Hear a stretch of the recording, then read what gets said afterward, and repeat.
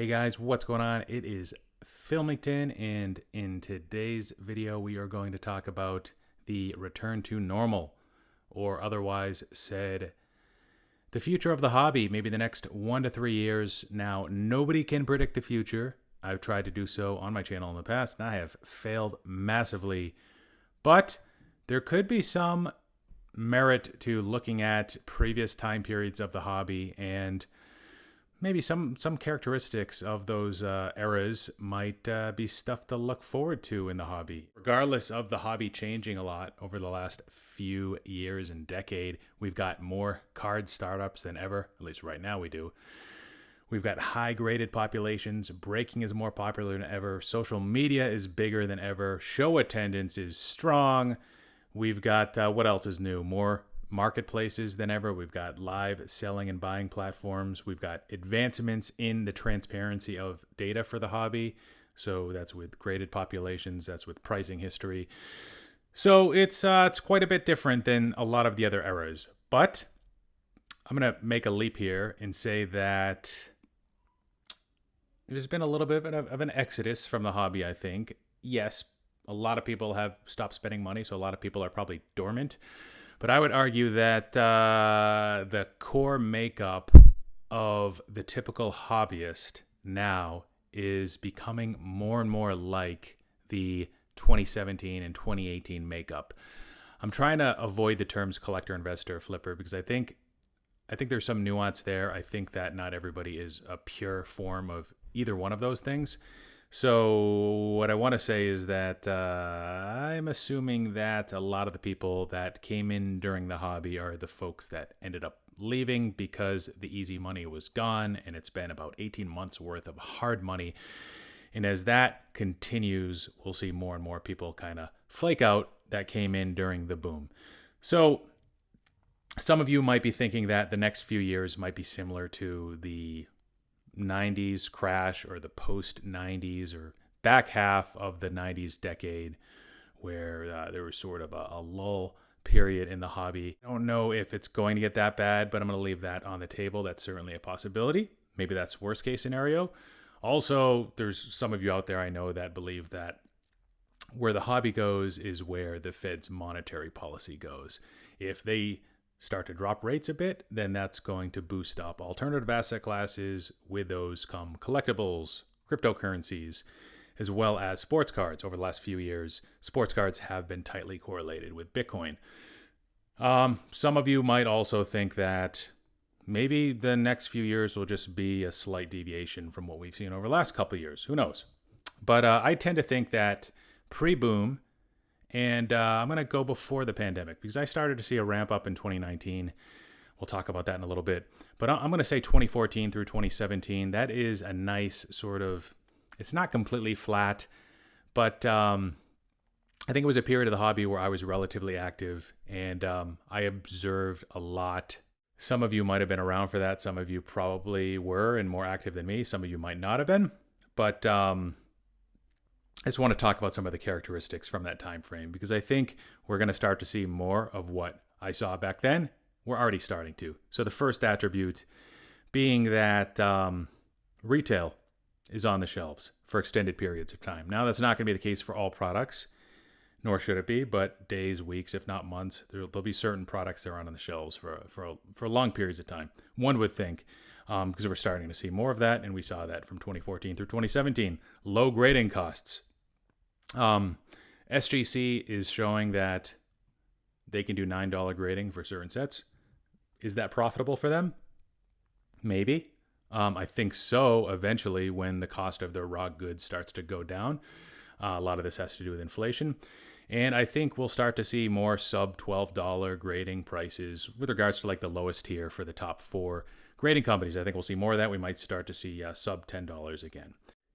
Collectors massively outnumbering investors and flippers. So kind of wanted to stay away from the term collector or investor or flipper, but I'll just say it here because it's the easiest way to put it out there. The terms of investor, investable, investment grade, we're going to start to hear less and less of that language, you would think. Again, as that easy money kind of dries up. It's dried up already. Fewer entrepreneurs also in the hobby in 2014 through 2017. Fewer people doing cards as a side hustle, fewer people doing it as a full-time hustle or a full-time job. Fewer content creators. That's what we saw from 2014 through 2017. Now, social media is becoming a bigger part of society. So are we going to fully get back to 2014 through 2017? Probably not, to be honest. So this one's big. It has to do with returns. So between 2014 and 2017, 20 to 25% returns, whether it be unrealized or realized after you actually sell the thing and incur some selling costs. That was actually really good. That was like a very strong 1 year return. 75% was like a unicorn situation where it was very unlikely, but when you did it, it was awesome, but it didn't really impact your bottom line too much because 75% returns were very few and far between. So I think a lot of people got accustomed to between 2019 through 2021, maybe 300% returns. Those were like the unicorn situations, maybe even not so atypical actually. 300 to 600% returns. Probably a lot of people did that across multiple cards.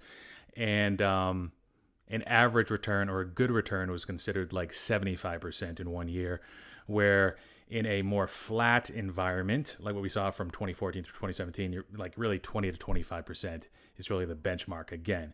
So, this all assumes a flat environment. Right now, we're in a downtrend. Right now, a negative 25% return would actually be pretty good relative to other investments in sports cards or in collectibles and any alternative asset class.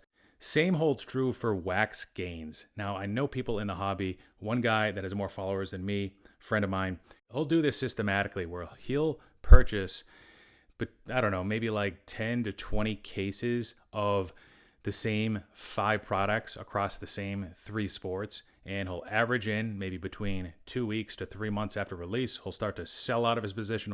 He'll average out as soon as 1 year after that purchase, and maybe 1 to 3 years later is when he'll sell the remaining quantities of what he's holding. And he's done really well with that, really well. But that's just another example of something where you're probably going to want to expect more modest return expectations.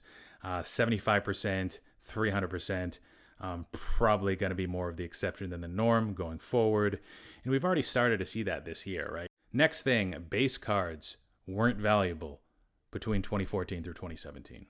One of the reasons why I wanted to take this back a little bit is base cards in PSA 10 got a lot of buzz for baseball. Topps flagship, those were going nuts in 2019. This is a year before the pandemic started. Christian Yelich probably was selling for $200, $300 in that time period. Now, a lot of that had to do with performance. If you think about it, like graded populations were low back then for base cards.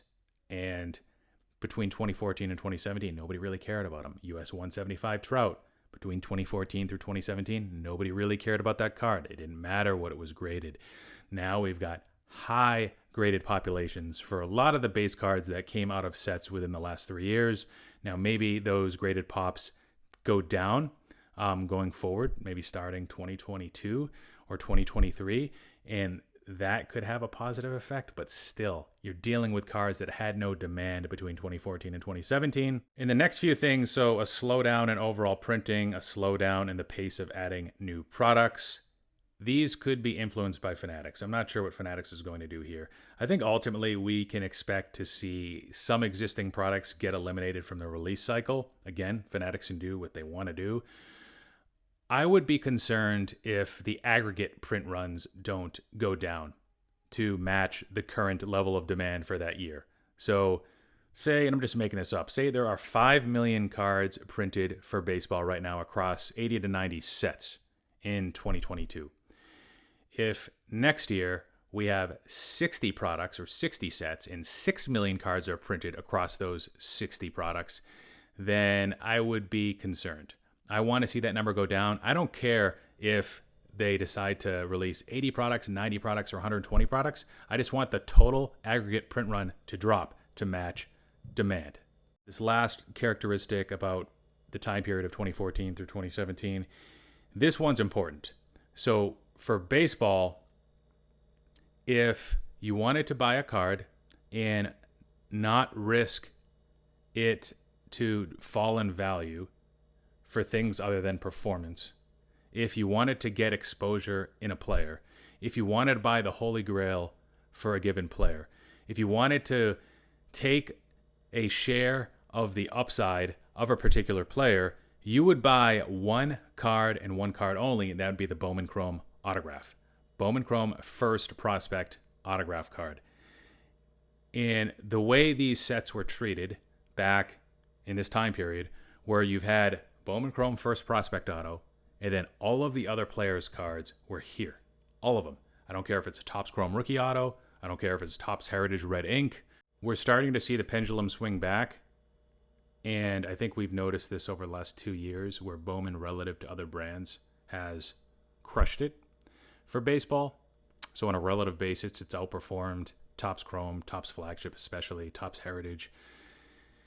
In a lot of the other off-brand rookies and prospects, I don't know if we're ever going to fully get back into the situation between 2014 and 2017, but it's certainly possible. The more things change, the more they stay the same. I think because we have more data now and we've gotten smarter, I believe we've gotten smarter as a hobby, we understand the intrinsics of the cards we're buying a little bit better. And maybe, Bowman increased print runs of base autographs just enough where it's opening the doors for things like Topps Chrome rookie autographs to share the throne with the Bowman Chrome first autograph prospect cards. And there's been all sorts of manufactured scarcity, contrived parallels, non-original, non-true colors, the shimmers, the waves, and that could make Bowman be perceived a little bit different. Maybe there's also enough room in the hobby to support multiple types of rookies or prospect cards for a certain player. Maybe it doesn't have to be all just concentrated in that one brand for that one particular set, the first prospect card. Autos, too. The non-auto stuff didn't do very well for Bowman between 2014 and 2017 relative to the auto stuff. The last thing I wanted to mention was there have been a number of fads that we've observed. Maybe that's too harsh of a term, but there's been a number of different types of cards that gained a lot of steam. A lot of fuel was added to the fire during the boom period, 2019, especially 2020, 2021. And a lot of these cards got really expensive, and some of these might not have been cared about if they came out between 2014 and 2017. So why am I bringing this up? Why do I think this could change? Back to what I said originally with my theory that I believe that the makeup of the average hobbyist is turning into something that more closely resembles what was around between 2014 and 2017, because a lot of the easy money is gone, because it's difficult to flip and make a profit, because a lot of the entrepreneurs, I believe, are getting weeded out slowly and will continue to get weeded out. So what are some of these fads? I'm going to try to go through these as quick as possible, because to be honest, I don't have a tightly held opinion on many of these, and I know a lot of these have already corrected, so I can't tell if these are like middle stage or late stage corrections. Non-rookie or non-first prospect stuff, so like second and third year cards or second and third year prospect cards, even rarer stuff. It's tough to have support for all of those different cards when there's already so many rookie cards and prospect cards to choose from. So why go after the second and third year stuff? Now, football and basketball might be a little bit different here. We're not going to get into that. From a baseball perspective, we don't have number to 10 gold prisms. We don't have cool, fancy inserts that hold value other than maybe home field advantage, but they printed a lot of those. So, but anyways, there's that. There's also mega box parallels, first edition stuff. I'm thinking about Bowman, but also top Series 1. We'll see if they come out with first edition again. We'll see if Bowman Chrome eventually gets a first edition. I guess they can't because those aren't paper cards, right? Light exclusive stuff like the black and white diamond stuff. Shimmers and waves. Something I noticed when I did my research for the Bowman Chrome first autograph multipliers. I did this exercise in 2020 in May. It was all based on data from mostly the first quarter of 2020. I noticed that the shimmers and waves, some of the more contrived parallels, actually didn't do very well. They weren't doing too well. They were selling for close to like 35 to 40% of their true counterparts. So like a gold shimmer would sell for like 35% of a true gold, number to 50. Now, when we did this again in 2022, I noticed that the gap had narrowed, and shimmers in some cases were selling for 50 or 60%, some cases more in isolated circumstances, more of a percentage of the true color. So going from like 38% to like 55%, in some cases 60%. So we'll see what happens, guys. Will people favor rarity, even if it's manufactured rarity, extra manufactured rarity in the case of some of these contrived parallels, or will they favor some of the original and true color parallels that they cared so much about between 2014 through 2017? Off-brand rookies, we talked about this a little bit, but like your top stadium club rookies, your even finest, Bowman's best rookies, Allen and Ginter, and all of the other lesser desirable sets. How are those going to perform? Because those got a lot of steam during the post-boom or post-pandemic cycle. Sapphire. So this one's interesting. It probably deserves its own video. Sapphire really started to take off in the middle of 2019. It was that Acuna card, and there's more than one reason for that. Sapphire is a very attractive product, but is it one that's meant to retain its value? And I'm looking at you, base cards specifically. Looks like Fanatics really wants to give the people what they want. They're doing it with Topps Chrome Update 2. Why would you have one of your best releases of the year only be retail? So I can definitely see that from that standpoint. And why would you take everybody's favorite set of the year, which could be Topps Chrome Sapphire, all else equal with like the same rookie class? Why would you make that limited and only allow people to buy one of them and price it so high when you could just print more and allow more people to have access to it? So that could have implications on the base cards going forward. Again, maybe that's a separate video. That's it, guys. Again, there are a lot of things that have changed from any time period to what we're looking at now.